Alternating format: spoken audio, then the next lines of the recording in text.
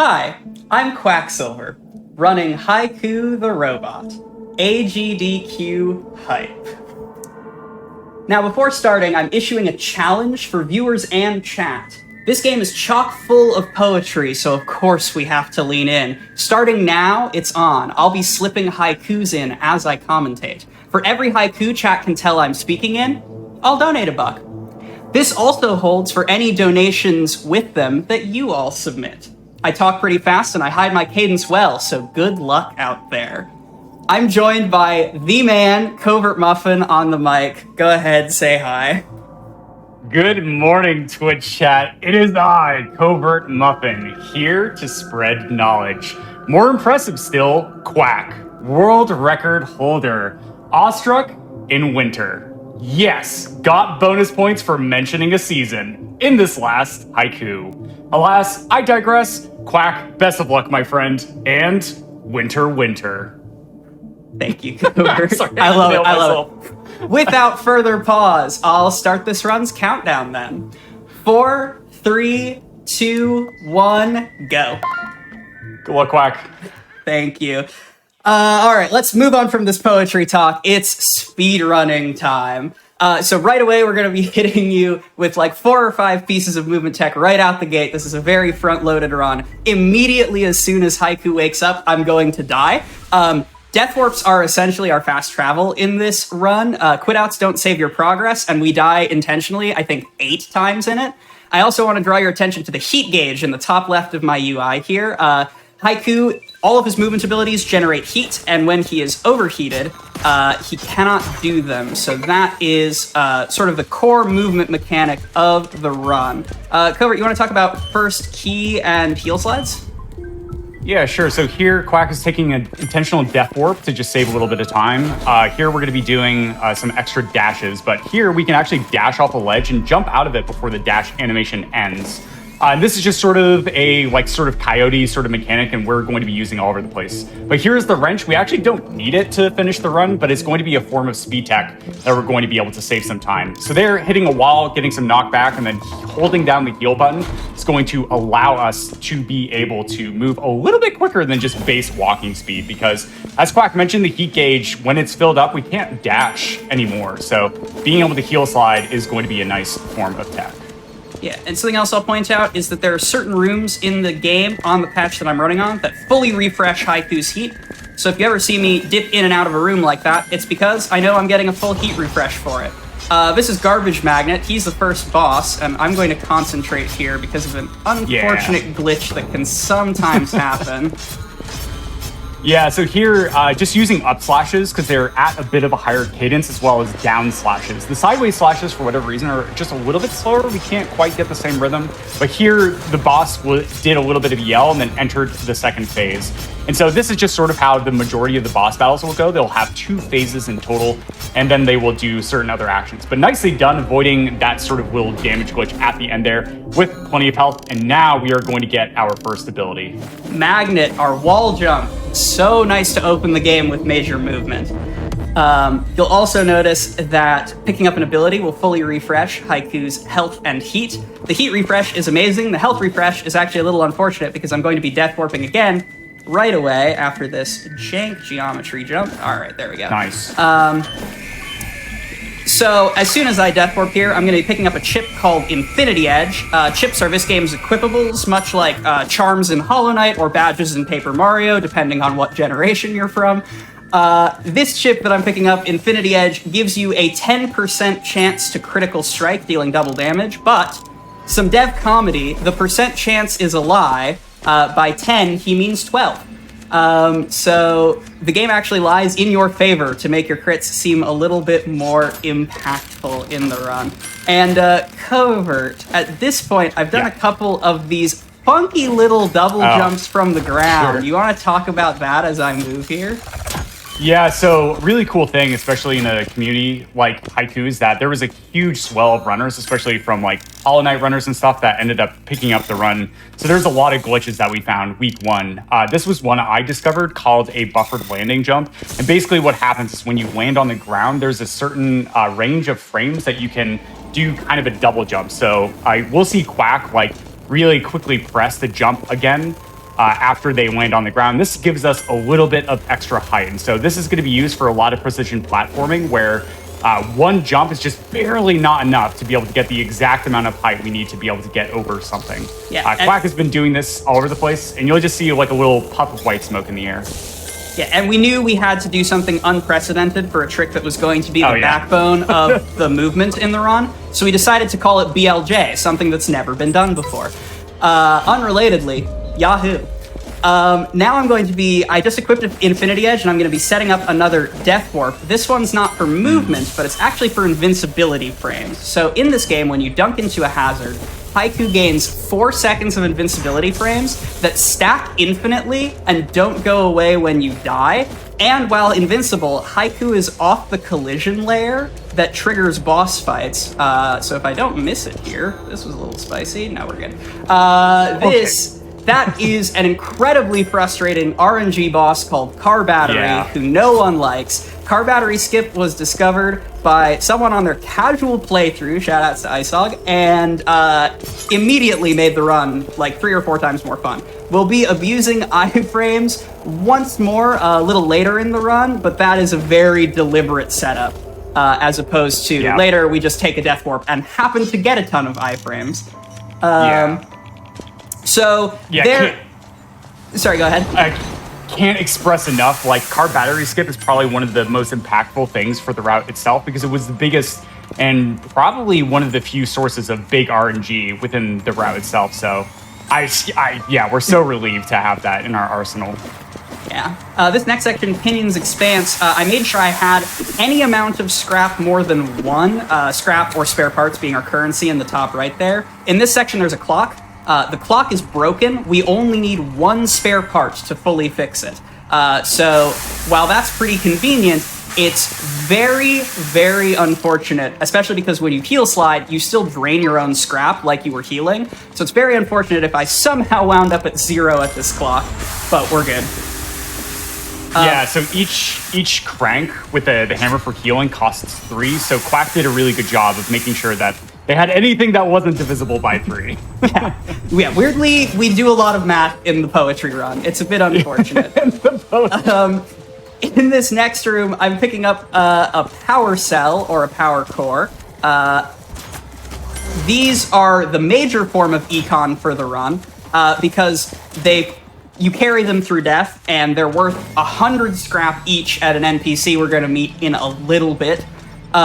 Because you carry them through death, and because death warping drops half of your on-hand scrap, that's why the run is routed to only really care about the 1 scrap for the clock. And other than that, we're going to get everything I need from power cores. But now we're going to go into this very simple puzzle room. So at last, a breather. Any donations while I just do some movement? There are donations. I'm sorry, I'm not nearly as creative as the 2 of you, so chat, you need to help by donating haikus for me to read.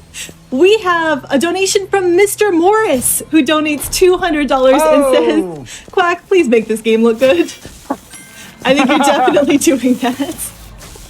So Mr. Morris is the developer, right, Quack? Yeah, shout out to Mr. Morris, making this game and this community legendary. And I'm trying.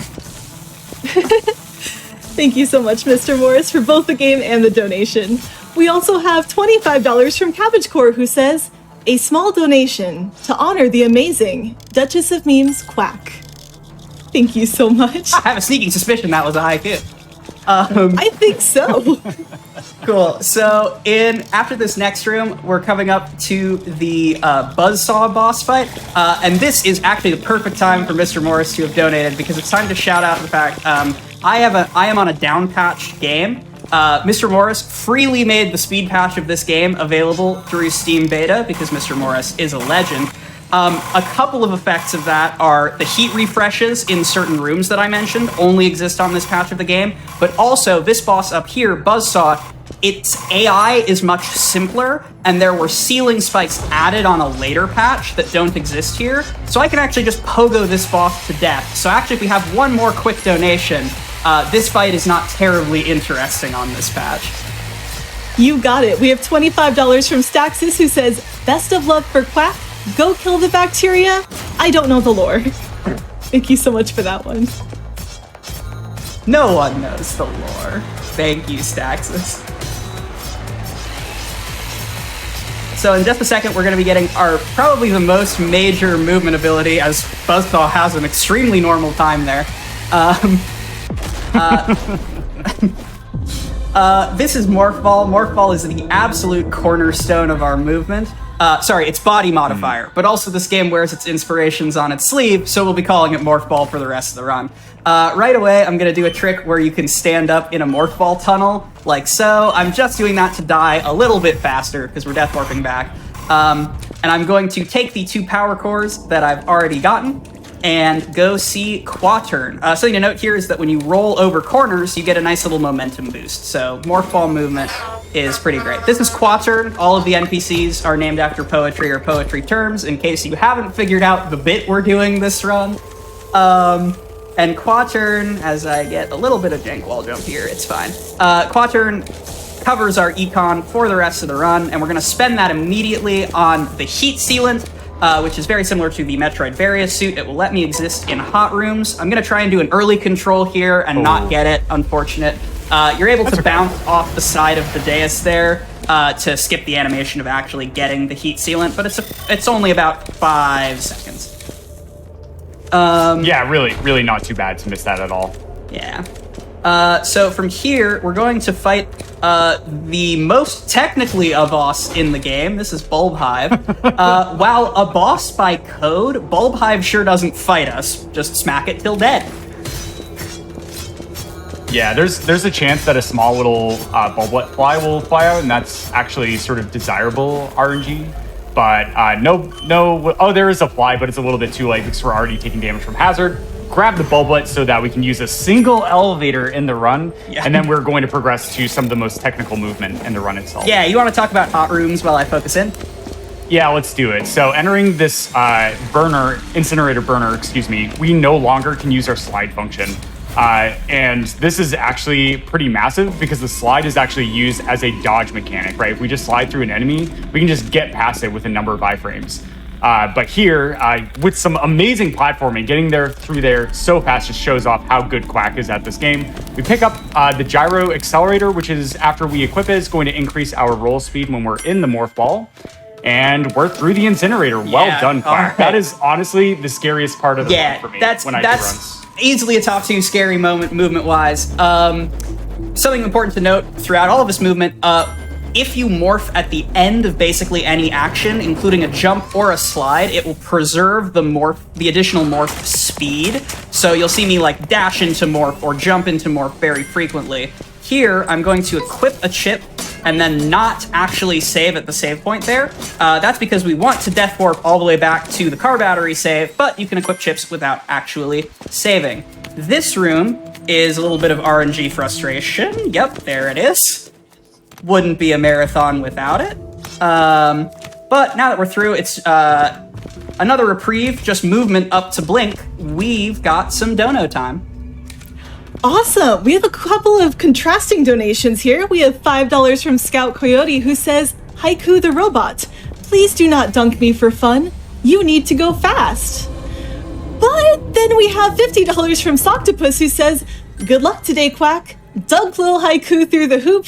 Basketball robots.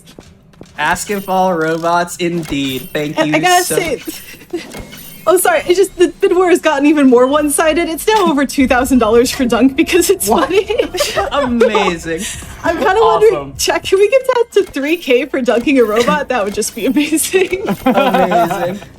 So this is the moment I talked about where we have a lot of incidental iframes, and also that is a one-way transition that I was supposed to blink through, but since the game gave us a literal teleport, one-way transitions are just a suggestion. So we blink through the back entrance to reach Power Bomb, and then I do still have iframes to be able to fall through this second set of lasers down here.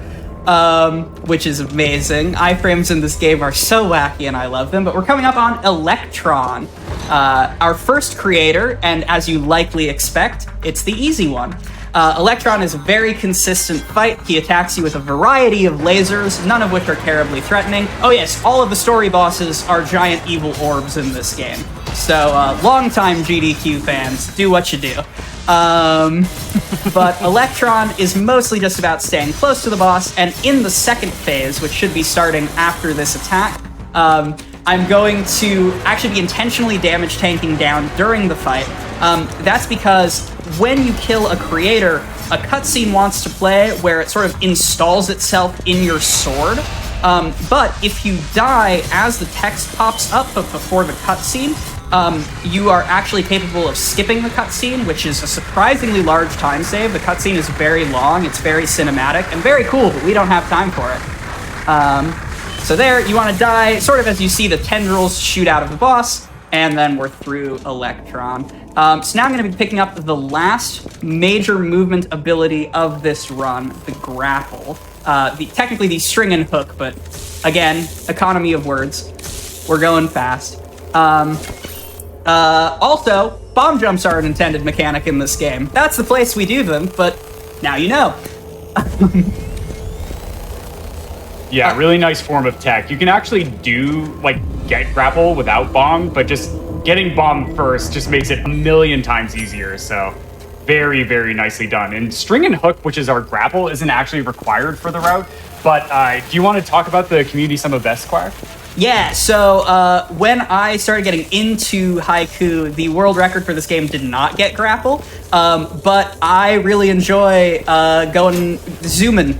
Not even in the speedrunning sense, but just good movement zooming. So I set out to make a case for including grapple in the route because there was a time where the community sum of best for the run was lower with grapple than without, and so my world record push in this game was for bringing honor to the grapple route. But now, to our host, it is time for the incentive. Will I dunk today? You know, it was so close, very close. Don't dunk or don't cut up to 31 whole dollars before this closed it out, but we are dunking this robot. Heck yeah. You know, I'm not shocked. Everyone loves a good dunk. But first, one more trick. Unfortunately, I took one more point of damage here than I wanted to, so I am going to stop and heal just for safety because the boss at the end of this run, or at the end of this area, is very scary. But this is our last blink abuse. These lever gates are designed to be unblinkable, but there's a little bit of regular wall above that lever gate. So we just blink through it. That saves multiple minutes. And here is the hoop from downtown. Let's go. Hey. It's no save or kill the animals, but I'm so glad that we got to spar over the value of dunking. It's a big meme in the community, so thank you so much, Twitch chat. Thank you so much, Twitch chat. So Neutron is very scary, and I'm trying to hit a tight cycle, so I'm going to tap out and let Covert take this. Yeah, okay, so this is probably the most difficult boss in the speedrun itself. Not necessarily because of the attack patterns, staying alive isn't too bad as a speedrunner, but we need to deal a certain amount of damage in as quickly as possible. So if Quack is able to actually deal enough damage here in the first phase and leading into the second, then we're actually going to be able to skip a major attack pattern that stops us from being able to kill the boss for a number of seconds. It's double-digit seconds. So Quack is doing a good job chasing the boss around, making sure to blink to follow the boss when they get to the other side of it. But here is the second phase, and we're going to see if Quack is able to keep up this pace on the damage. So following up the wall, there's going to be some damage for Quack, currently on 2 health, so can take another hit for safety, and then one more hit after that will be death. But nicely done. It looks good. Definitely chasing it around and continue to deal damage. And there it is. All right. We got laser skip. Yeah, well done. That is a lot tighter than it seems. So Quack just played so incredibly well. Well done. All right, the being at 3 here is not my favorite thing ever, but we will make it work. I may grab a little bit of safety scrap in the room before our next movement challenge, which is the surface hell run. We picked up the heat sealant. There's also a water sealant that we didn't have time or money to grab So we're going to be running across the surface where it is constantly raining and we're taking environmental damage. There is a setup made much easier by having the grapple, where we can do it with only taking 1 damage. But just in case things go wrong, I think I'm going to kill this enemy here and grab a little bit of safety scrap. Just to be safe. Yeah, I like that. I like that play. And then we've got some just some movement to our final 2 bosses in quick succession. So this is a good point for the final donation check-in for the run. Oh gosh, well then I better shout out these 2. We had 2 absolutely massive donations coming in during this run. First one is $1,000 from Ariel, who says, I know, I'm loving this game and run. Good luck, Quacksilver and CovertMuffin. Don't you think we should have the robot take a bath? Wink. Thank you, Ariel. And we have, get this, another $1,000 donation. Wow. This time from Meatbag Esquire, who says, Dearest Quacksilver, aka Quack, aka HK Queen of Memes, you are amazing, talented, funny, the best. AGDQ hype. Real talk, I'm so excited to see you running at GDQ, and here's one last haiku for the road. Hey chat, don't forget, trans rights are human rights, yo. Refrigerator. Thank you both so much for your incredible generosity. That is amazing. So this awesome. is Furnace. It's our final hot room, and it is also cycle-based. So being overheated and having to use morph momentum to abuse cycles as much as possible makes this a lovely little bit of scary movement to close out the run, but that was pretty fine. This is Proton, the last creator. Easier than Neutron, but feels more RNG. Proton Phase 1 is actually remarkably consistent, mostly because I don't have to leave the ground to strike him. We're just gonna kite him around as he belches fire at us. But Phase 2, he can randomly pick from one of 3 attacks, and we're hoping to not see one of them in particular. We're also hoping to get a little bit luckier with crits than I have been getting this run. The problem with this is, like, crit variance can be a bit of a thing here. So let's see what Proton does today. Okay, not the worst one yet. This cross-map attack is actually pretty fine. All right, here's the worst one. Flame Pillars. There is no rules for how many he spawns or what spaces he leaves for Haiku. So I'm just going to take it safe, but that's Proton. Nice. Just like with Electron, I'm going to be intentionally death warping away from Proton to skip the cutscene. Unfortunately, there's something funky about the lava, and it's possible for me to soft lock where it tries to play the animation after I die, but it looks like we dodged that. So I am going to skip a cutscene where the mainframe vault actually opens and go into the final boss. The final showdown is very hard casually, but we're speedrunners. Speedrunners. The important thing about Virus is that while it's a very difficult boss fight, unlike most bosses in the game, Virus is fully vulnerable while he's screaming in between phases. So, if I can survive phase 1 here, it's theoretically possible that I kill Virus with it only getting 1 more attack in for the rest of the fight. This is that attack, and with enough crit RNG, we'll kill him before he starts his ultimate attack, which is a set of 3 chained dives that spray goop everywhere. This is a little bit slow. Yeah. There it is. Okay. Time is coming up. It's on the final fade to black before the credits. It's just convention that we time in that actual, like, with the credits rather than the final hit, but that's Haiku the robot. Here we go in just a second. Time. Yay, GG! Heck yeah. What was that final time? Your final time is showing as around a 22:30, I believe. Awesome. Wow. So that would be about a 21:30, 21:35 load list. That's awesome. Cool. That far ahead. Covert, I will pass to you for shout outs first because I have some final closing poetry, if that's all right. Yeah, our speedrunning community is super welcoming. Just everybody's been so amazing from day one. And I just wanted especially give a huge shout out to Quack. I mean, Quack is the first person to ever get a sub 21 without loads, and that's an impressive time and the world record holder currently. But not only that, but Quack was the person who stepped up, right? Like day one when this game was starting to be speedrunning, helped facilitate discussions, helped facilitate the leaderboard, set up the leaderboard, and just did so much back-end work that is just oftentimes overlooked and not thanked. So Quack, thank you so much for all of the work and your contributions to the community. And GG, well played. I am so proud of you for this run and performance. Thank you so much. Amazing, incredible. I want to do the poem. First of all, if you played my game, you should have counted 13 haikus I snuck in. So with that, plus all your donations, I'll be donating 25, 30 bucks after the run, just to keep the spirit of haikus alive. But I'd love to close on shout-outs with the only form of poetry I know how, which is, of course, a sonnet. She's another character in the rod. Look, just let it happen. Some shout-outs I must give before I go to raptly watch the rest of GDQ. To Mr. Morris, from whom all this did grow, I toast and celebrate your child, Haiku.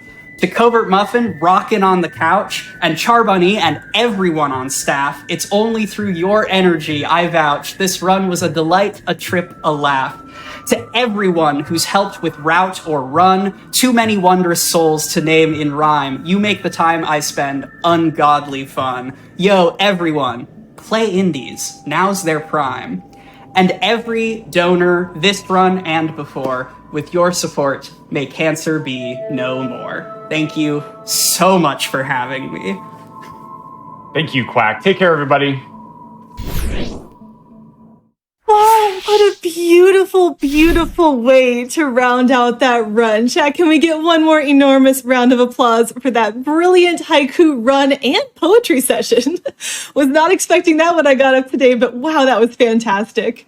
And thank you to everyone who donated during the run as well. We have $5 from Benjamin Tassel, who says, so can we just refer to all the poetry during this run as haikus? I see what you did there. And I want to shout out, we got so many more incredible haikus than we had time to read, but I appreciate them. We saw them all. I'll make sure to share them with our runner afterwards. So if you donated, you sent in a haiku, thank you again so much for your contribution to the Prevent Cancer Foundation. At this point, I think we could all use a chance to catch our breath, maybe come up with some new poetry lines, some new rhymes in there. So we're going to step away for a very short break, but we'll be back before you know with more speedrunning action.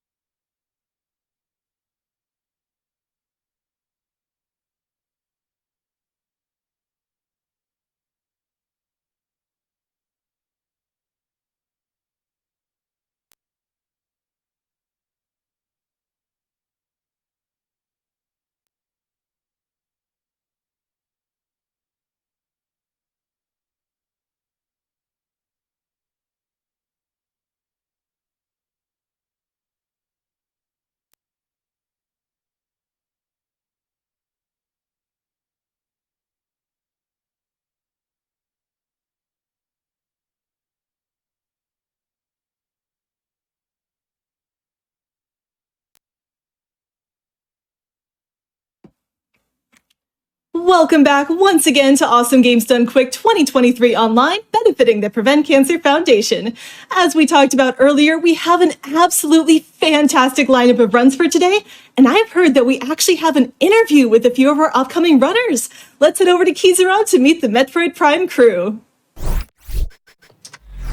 Good morning, AGDQ 2023 Online, or if it's not morning for you, then I don't know. Hi, I'm Keys. I'm here with BashPrime and UncleReggie, the two runners for the upcoming Metroid Prime 1 and 2 randomizer, multi-world, go get your street tacos, etc., etc. Why such a long... How you boys doing? Doing great. I'm awake and I'm excited. It's gonna be a fun time. All right, so we got multi-world, we got rando. So I have on my phone here the coin flip app. So I'm literally going to flip a coin and then ask that person a question because we want this to be as random as possible.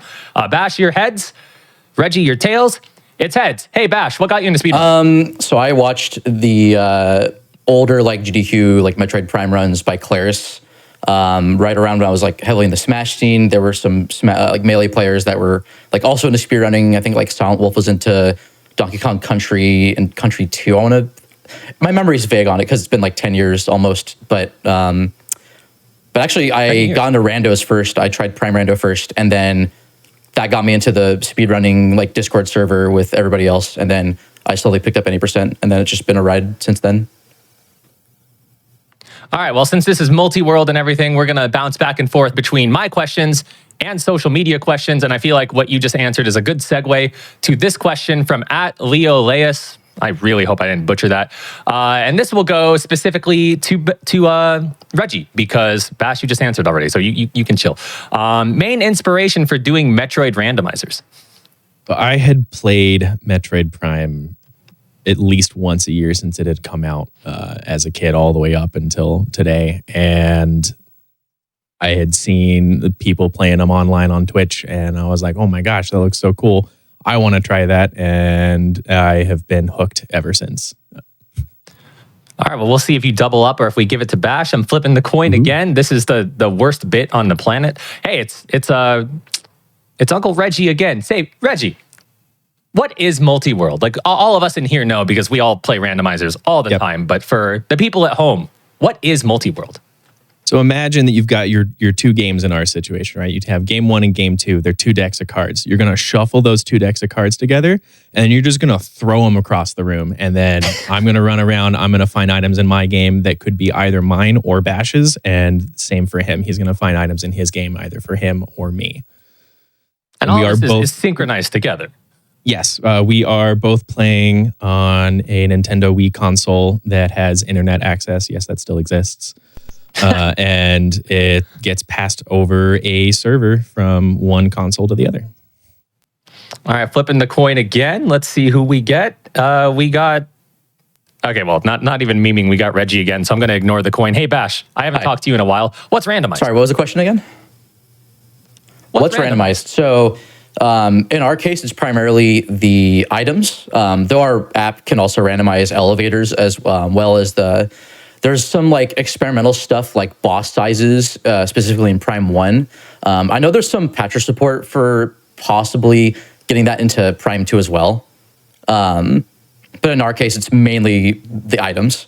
And so that's going to completely affect how our routing is going to be from the beginning to the end, based on what we find first, what we find last, what the order of the items are, and whether it's expected or by the logic database or not. Well, perfect segue into our fake multi-world with this interview. We're going back to social media. This is at our good pal, Metal Glenn Solid. What is the best and worst items to get first in your respective randos? So we'll just start with Bash. Worst item to get first is, I would say, possibly Seekers, because that can open up... No, not Seekers. I would say maybe Boost Ball or Emerald Translator, because that can open up an early segue into sync. Are there any good items? You just listed 30 of them. Best item, Screw Attack. What about you, Reggie? Worst item is Gravity Suit. Nothing good happens underwater in Prime 1. So getting that early as a pretty good sign of bad things to come. And Space Jump is easily the best item in Prime 1. Lots of movement exploits that I can do with that, and vertical is good. Now, I'm sure this is something that will come up throughout the run, but how do you approach something like this cooperatively? Like, do you both have the same exact routing ideas, or does it work because both of you approach the game differently? We'll just do alphabetical again and start with Bash. So I've experienced in both games. So I'll generally have an idea of what Reggie can do, but he's so much more experienced with me, like with Prime 1 at the moment, that I trust his judgment with where he decides to route next. How are you, Reggie? My game is a marathon, whereas Bash's is a bank heist. So I'm just trying to fly through my game literally as fast as possible, make as many checks as I can. I don't have hints for item locations in my game outside of the final thing that I need to beat the game. So he has the ability to like scan hints and find out where items will be for either of our games in his game. So I just have to basically beat it as fast as possible.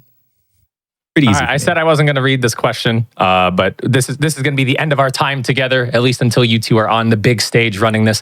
And it seems like it's a meme of some sort, and this has been, well, it's been an interview, boys. So let's just end it with this. At Mr. Miguel 211, I only have one question. E. We'll be finding a bunch of them. E is a good letter, but H is good too. Excellent. Excellent. Well, I believe in you both.